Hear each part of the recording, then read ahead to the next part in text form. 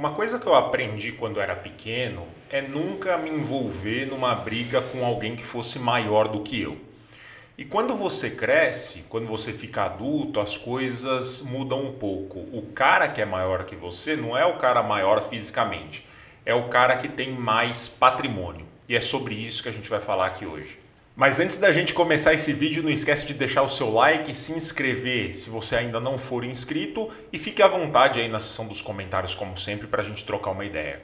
Bom, e pela thumb aí, pelo título do vídeo, você já percebeu que o assunto de hoje ele é bastante tenso, porque semana passada o Luiz Barsi ele foi acusado por uma pessoa muito próxima aí de fazer uma recomendação de investimento, algo que o Barsi não pode fazer, e saiu uma matéria. A matéria mais completa que eu vi até agora foi nesse site que eu vou mostrar aqui para vocês. A matéria é muito longa, mas eu quero mostrar só um trecho dela para você.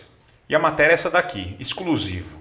Insider, chantagem, briga judicial e milhões em jogo no clã dos Barsi. Uma disputa envolvendo Luiz Barsi Filho, um investidor com laços familiares com o famoso clã da Bolsa, traz acusações de informação privilegiada, chantagem, perdas milionárias e troca de mensagem que já chegaram à CVM.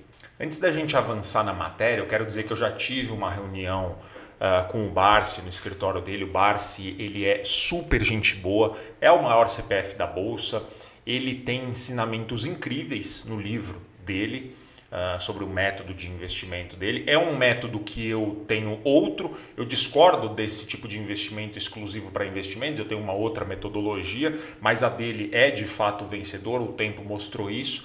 E ele foi super solícito na reunião que a gente fez. Eu até pedi alguns conselhos para ele na questão empresarial, não conselhos de investimento, porque como eu falei, a gente tem ideias totalmente diferentes. Ele foi super solícito. O Barsi ele é um grande investidor e uma grande pessoa, sem a menor dúvida. Eu quero mostrar aqui agora para vocês esse trecho desse artigo que fizeram aí sobre essa matéria. Então olha só a história. Em abril de 2021, Maurício Ferrentini, procurou o Barsi em busca de uma indicação de investimento.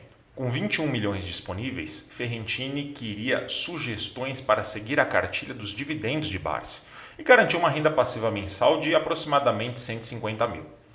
Ao questionar Barsi sobre a divisão desse dinheiro, Ferrentini teria ouvido que o melhor seria alocar em IRB, uma resseguradora que estava passando por um processo de transformação após a gestora Esquadra questionar uma série de inconsistências no balanço da companhia.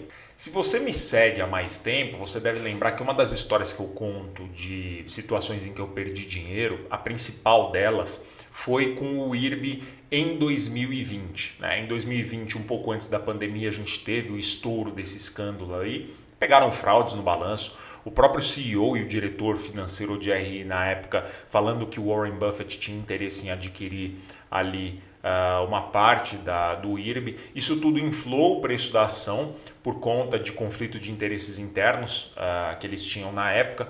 Claro que foi muito difícil avaliar todo esse ponto previamente. Aí a gestora Esquadra fez um excelente trabalho na época divulgando tudo isso e as ações começaram a cair fortemente. Eu na época era gestor de um clube de investimentos e a gente tinha uma pequena parcela do clube alocada em ações do IRB. Não afetou o nosso resultado, o grande problema foi a pandemia que veio logo na sequência. Mesmo assim a gente teve um resultado bastante bom em relação ao Ibovespa, a gente conseguiu cair muito menos, operando opções, etc. Mas o IRB ele já vem passando por uma série de problemas desde 2020. Barsi teria pedido um voto de confiança e recomendado a Ferrentini que entrasse em contato com João Malta, assessor de investimentos da Boa Vista, responsável pela alocação. Em 15 de abril de 2021, Ferrentini dá a ordem para a Malta comprar 15,9 milhões a preço de mercado de IRB 3. O montante, isso é o que mais me impressiona, o montante investido por Ferrentini em uma ação equivalia a pouco mais de 80% do patrimônio dele naquele momento.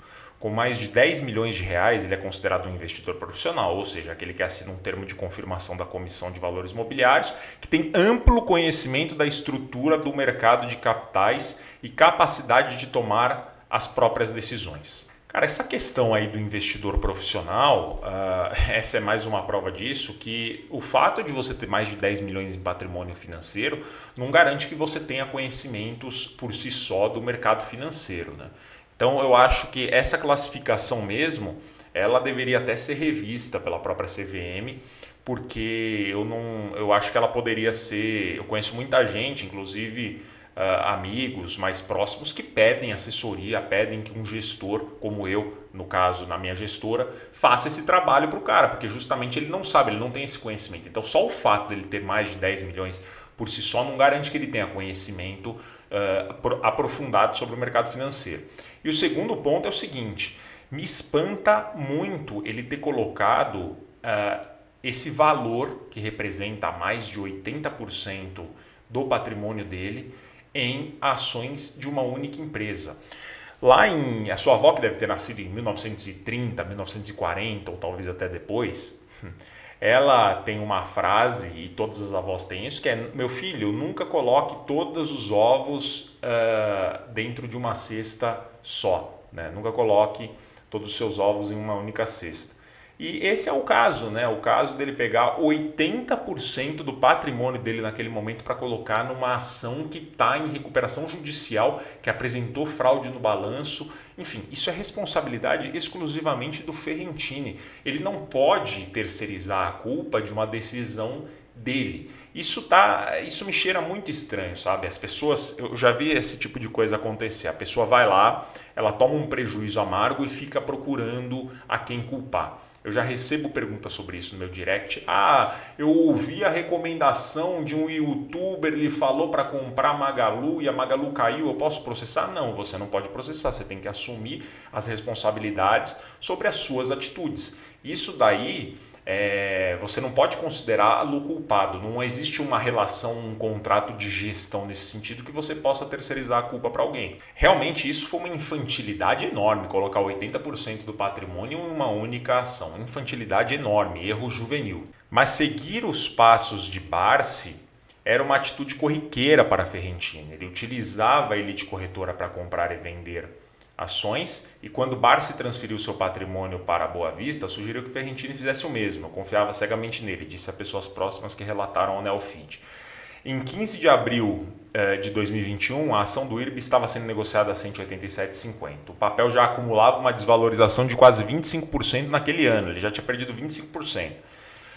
Ferrentini entendeu que a estratégia era para o longo prazo, mas no início de 22, quando a ação caiu para menos de R$100, ele passou a questionar o assessor João Malta e Barsi sobre o desempenho da companhia. Em 28 de junho de 2022, em troca de mensagens, Barsi disse para ele ficar tranquilo que a empresa ainda estava em processo de ajuste e que ele mesmo estava comprando mais ações. Barsi detém 1,4 milhão de ações do IRB em carteira, o que equivale a 1,5% do total emitido pela seguradora. Só lembrando que é público isso, o percentual de ações do IRB, o percentual na carteira do Barsi, ele é minúsculo, se eu não me engano não chega a 5% da carteira, ao passo que o Ferrentini colocou 80% da carteira dele nas ações do IRB, né?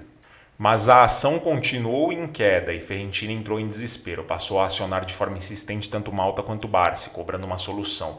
Em mensagem de WhatsApp que o Neofeed teve acesso em 26 de outubro de 22, Malta disse para Ferrentini: sim, realmente é uma situação muito difícil, papapá. No dia dessa mensagem, o valor em carteira das ações de IRB de Ferrentini era 1,75 milhão.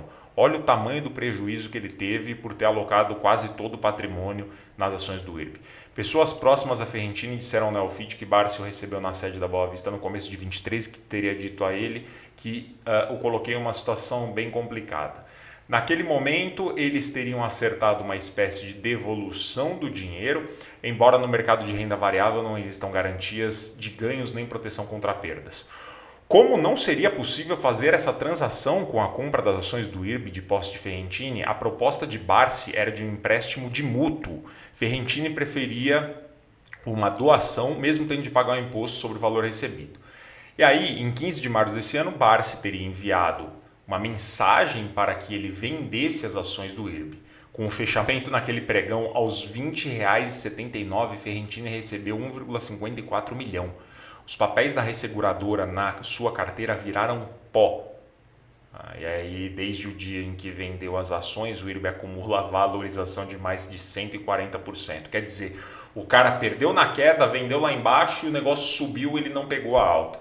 No dia 28 de março deste ano, o Barsi assinou um contrato de empréstimo financeiro no valor de 5,9 milhões, oferecido em garantia desse crédito. O Ferrentini colocou um apartamento duplex no bairro paulistano do Jardim Paulista, etc e tal. Sinceramente, a CVM ela vai investigar esse caso, mas eu te falo, eu acho que o Ferrentini ele agiu da pior forma possível. Eu estou do lado do Barsi nesse caso. Inclusive, assim, o Barsi ele sempre foi, ao longo das últimas décadas, um cara muito tranquilo na dele, baixíssima exposição na mídia. A Luizy recentemente fez ali todo esse trabalho de divulgação do trabalho do pai dela, um excelente trabalho feito pela Luizy também. Ela é uma excelente influencer, assim como o pai dela, que agora está se tornando influencer.